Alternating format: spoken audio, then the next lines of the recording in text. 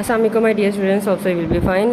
Dear students, बेटे आज हम जून के सिलेबस पे जो आपका चैप्टर ऐड है सबक नंबर 13, इसको आज हम जो है वो कंप्लीट जो है वो पढ़ेंगे। देन आप इनको चेक करेंगे कि आपने नोटबुक पे क्या वर्क राइट करना है और कौन सा वर्क जो है वो आपने लर्न करना है। फ़र्स्ट ऑफ़ ऑल बेटे, जो हमारा सबक नंबर 13 है उसका जो उन्वान है अयादत बेटे हम कहते हैं कोई पर्सन बीमार है तो उसकी जो है वो आप ख़बर लेने जा रहे हैं तो उसको हम कहते हैं अयादत। किसी बीमार की जो है वो ख़बर लेना या पूछना उसकी हेल्थ के बारे में, तो ये बेसिकली जो है वो हमारी अयादत होती है। तो डैट्स वाई इसी टॉपिक पे बेस जो है वो आपकी एक स्टोरी टाइप है, तो इसको आपकी रीडिंग तो जो है वो आपने मस्ट करनी है। देन बेटे फ़र्स्ट ऑफ़ ऑल आपके ख़ास अल्फाज हैं, इनकी आपने नोटबुक पे जो है वो वर्क राइट करना है। ख़ास अल्फाज को मैं रीड आउट कर रही हूँ, आप भी जो है वो मेरे साथ रीड आउट करेंगे। फ़िक्रमंद जो फर्स्ट वर्ड है आपका फ़िक्रमंद। दूसरा आप सेहतमंद, मालूमात, तबीयत, बीमार, बुखार। फर्स्ट वर्ड है फ़िक्रमंद, देन सेहतमंद, उसके बाद है मालूमात, तबीयत, बीमार और बुखार। अब बेटे आपने ये जो ख़ास अल्फाज हैं अपनी नीट नोटबुक पर जो है वो राइट करने हैं। देन है जब आपकी तबीयत ख़राब होती है तो आपका क्या दिल चाहता है। बेटे जब किसी पर्सन की तबीयत ख़राब होती है तो उसका सबसे मेन मोटिव जो है वो उसको अपने आसपास शोर पसंद नहीं आता है। देन वो ज़्यादा से ज़्यादा जो है वो आराम करना चाहता है। और अगर घर में किसी की तबीयत ख़राब हो जाए तो आप क्या करते हैं? अगर घर में बेटे किसी की तबीयत ख़राब हो जाए, जैसे कि बीमार को मैंने अभी कहा कि शोर पसंद नहीं होता और वो अपने इर्द गिर्द शोर को पसंद बिल्कुल नहीं करता, तो देन आप भी जो है वो इस चीज़ का ख्याल रखेंगे कि जो आपके पर्सन में कोई जो है वो हेल्थ इशू फेस कर रहा है तो देन आप उसके पास जो है वो ज़्यादा लाउडली स्पीक ना करें। उसकी ज़्यादा से ज़्यादा ईटिंग मटीरियल का जो है वो ख्याल रखें। अच्छी और हेल्दी ग़िज़ा और नरम ग़िज़ा जो है उसको दें और जो इंस्ट्रक्शंस हों तो उनको ज़रूर फॉलो करें। ओके, अब बेटे फ़र्स्ट पे आप करते हैं इमला, तो आप ये ख़ास अल्फाज को अपनी नोटबुक पर राइट करेंगे। देन बेटे हम जो है वो अल्फाज मायनी जो कि आपकी बुक की बैक साइड पर अवेलेबल हैं, वहाँ से हम ओपन करते हैं और रीड आउट करते हैं। तो बेटे यहाँ पर अयादत है, यहाँ पे आपको अल्फाज नज़र आ रहे हैं। देन उसके जो है वो मायनी है। बेटे अल्फाज मायनी होता है कि उर्दू से उर्दू में जो है वो बताना और इजी वर्डिंग में बताना, ठीक है। फ़िक्रमंद कहते हैं परेशान, सेहतमंद तंदुरुस्त, मालूमात इल्म, तबीयत जिस्मानी सेहत, कैफियत मिजाज। आप जो है वो ये तीन है बेसिकली, आप तीनों में से कोई एक करेंगे जो आपको इजी लगता है, आप उसके अकॉर्डिंग जो है वो अपनी नोटबुक पर राइट भी करेंगे और उसी एक को जो है वो लर्न करेंगे। बीमार मरीज़, बुखार बीमारी जिस्म का गर्म होकर तपना। आप इसका बेटे बीमारी कर ले तो बैलेंस गुड है, बाकी आपके अकॉर्डिंग है कि आपने अपनी चॉइस के अकॉर्डिंग जो है वो वर्ड जो है वो लर्न करना है। देन आपने उसको राइट करना है इन जो नीट राइटिंग शेप्स। और उन्वान बेटे आप राइट करेंगे आदत। सरगर्मी आपकी आएगी अल्फाज मायनी। देन आप जो है वो अपने पेज को 2 पार्ट में डिवाइड करेंगे और एक साइड पर अल्फाज लिखेंगे, दूसरी साइड पर जो है वो मायनी राइट करेंगे। अब हम अपनी रीडिंग की तरफ चलते हैं। बेटे स्टोरी के बारे में थोड़ा सा मैं आपको बताती चलूँ कि यहाँ पे एक जो है वो तालिब इल्म है, मतलब एक बच्चा है जो बीमार हो जाता है, उसको जो है वो स्कूल नहीं जाता, उसके घर वाले परेशान हो जाते हैं उसकी हेल्थ को लेके। जैसे कि आप कभी बीमार होते हैं तो आप जो है वो मतलब स्कूल से ऑफ करते हैं, देन घर वाले आपको बहुत ज़्यादा ख्याल रखते हैं, आपको डॉक्टर के पास ले जाया जाता है, हेल्दी फूड ईट करवाया जाता है कि आप जल्द से जल्द जो है वो सेहतयाब हो। क्योंकि अब हमारा जो है उन्वान है अयादत, तो इसमें जो है वो बेसिकली सम स्टूडेंट्स जो हैं मीन सम फेलोज़ जो हैं तालिब इल्म के, वो जो है वो जाते हैं घर में जो है वो अपने फ़ेलो की जो है वो ख़बर लेने के वो बीमार है, कैसी तबीयत है अब, ठीक है। तो ये सारा कुछ जो है इस बेस पे है। सम इंस्ट्रक्शंस शेयर की गई हैं कि आप किस तरह से जो है वह हेल्दी रह सकते हैं। सम आपको डिटेल में बताया गया है कि कौन सी चीज़ों को आप फॉलो करोगे तो देन जो है वो हेल्दी रहोगे। देन बेटे हम स्टार्ट करते हैं। शान बेसिकली जो फर्स्ट कैरेक्टर है वो शान है बेटे जो बीमार है। शान बीमार था, अम्मी और अब्बू बहुत परेशान थे, दादी जान भी फ़िक्रमंद थे। शान कई दिनों से स्कूल नहीं गया था, जमात के सब बच्चे इसे याद कर रहे थे। उस्तानी और बच्चों ने जमात में शान के लिए दुआ की और एक दिन सब बच्चों ने इसके लिए कार्ड्स बनाए। शान का भाई अहमद उसी स्कूल में चौथी जमात में पढ़ता था। छठी के वक्त अहमद उसी स्कूल में चौथी जमात में पढ़ता था। छुट्टी के वक्त बच्चों ने वो कार्ड्स अहमद को दिए। अब बेटे इसमें पूरे में बताया गया कि एक बच्चा है जिसका नाम शान है और बीमार है और काफ़ी देर से स्कूल नहीं जा रहा। उसका भाई जो है वो उसी स्कूल में पढ़ रहा है। उसके फेलोज़ ने कार्ड्स बनाए हैं। दैन जो है वो छुट्टी के वक्त जो है वो कार्ड उसके भाई को हैंड ओवर किए हैं। अहमद घर गया तो अम्मी शान को दवा पिला रही थी और वो रोते हुए कह रहा था, नहीं पीऊँगा, नहीं पीऊँगा, ये बहुत कड़वी है। शान, दवा पीने से तुम ठीक हो जाओगे। ये मम्मा कह रही हैं बेटे शान की कि आप दवा पियो और पीने से आप ठीक हो जाओगे। अम्मी ने कहा, अहमद ने कहा, शान अगर तुम दवा पी लोगे तो मैं तुम्हें एक चीज़ दूँगा। शान ने पूछा, क्या चीज़? अहमद ने कहा, नहीं, पहले दवा पियो। शान ने बड़ी मुश्किल से दवा पी और अहमद से कहा, आप अब बताएं क्या चीज़ है? अहमद ने कहा, आंखें बंद करो। शान ने आंखें बंद की और जब खोली तो उसके सामने इतने सारे प्यारे प्यारे कार्ड्स रखे थे। इसने जल्दी जल्दी नाम पढ़े, अरीशा, हमाद, उसामा, अली, मरियम, अयान, नेहा और ये क्या मुनीब ने भी भेजा है। वो तो मुझसे नाराज़ था, लेकिन शान अब तो सब बच्चे तुम्हें याद कर रहे हैं, इसलिए जल्दी ठीक हो जाओ। इसके बाद शान दुआ आराम से पीने लगा ताकि जल्दी ठीक हो जाए। इसका बुखार उतर गया और उसने स्कूल जाना शुरू कर दिया। बेटी जितनी आपने रीडिंग की है इसमें आपके लिए ये एक है कि आप जो है वो अगर किसी पर्सन को आप देखोगे वो किसी जो है वो डेंजर में है या जो है वो बीमार है तो आप अपनी नाराज़गी को ख़त्म करो।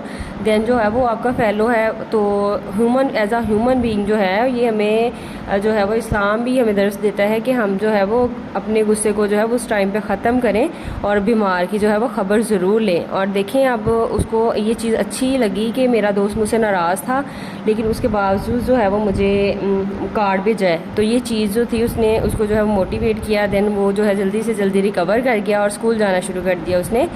शान को सेहतमंद देखकर अम्मी, अब्बू, अहमद, दादा जान, दादी जान, उस्तानी और बच्चे सब बहुत खुश हुए। आज जब शान की उस्तानी जमात में आई तो उनके साथ एक डॉक्टर साहब भी थे। अब बेटे डॉक्टर को क्लास में लाने का बेसिक मोटिव है आप इंफॉर्मेशन प्रोवाइड करना कि how to maintain our health, कि हम किस तरह से अपनी जो है वह हेल्थ को जो है मेंटेन रख सकते हैं। उस्तानी ने कहा, बच्चों डॉक्टर साहब आज आपको बीमारों की देखभाल के कुछ आसान तरीके बताने आए हैं। डॉक्टर साहब ने कहा, बच्चों आप ये तो जानते ही होंगे कि बीमारी में इंसान के ज़्यादा आराम करने की ज़रूरत होती है, इसलिए बीमार की नींद का ख्याल रखें और बहुत हल्की आवाज़ में बात करें।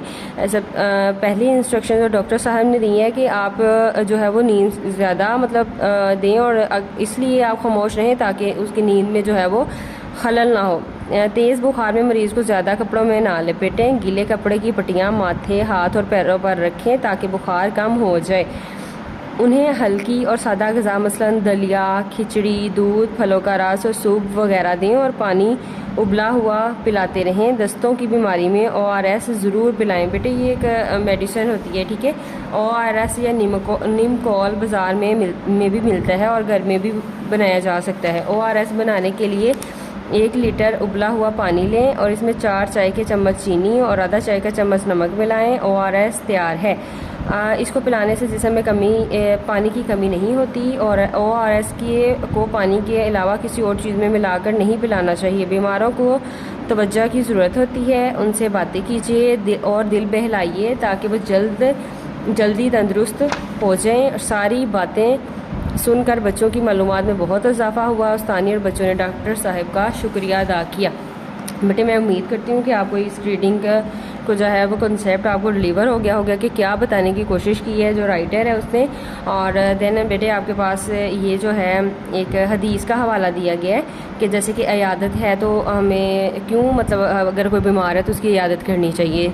तो आपने इसको जस्ट सुनना नहीं है, अपनी डेली बेस में इसको जो है वो ज़रूर अडॉप्ट करना है। आप सोचते होंगे कि हम बच्चे हैं, लेकिन आप बच्चे हैं, आपके घर में भी बड़े बीमार होते हैं, छोटे बच्चे भी बीमार होते हैं। देन आप बहुत सारी चीज़ों का ख्याल आप पर भी मबनी है कि आप उन चीज़ों का ख्याल रखें ताकि जो है वो दूसरा पर्सन आपसे जो है वो इरिटेट ना हो। जब कोई बीमार होता है तो प्यारे नबी हज़रत मोहम्मद रसूलुल्लाह ख़तमुन नबीयीन सल्लल्लाहु अलैहि व आलिहि व अस्हाबिहि वसल्लम उसकी इयादत करने यानी उसकी तबीयत पूछने ज़रूर जाते थे।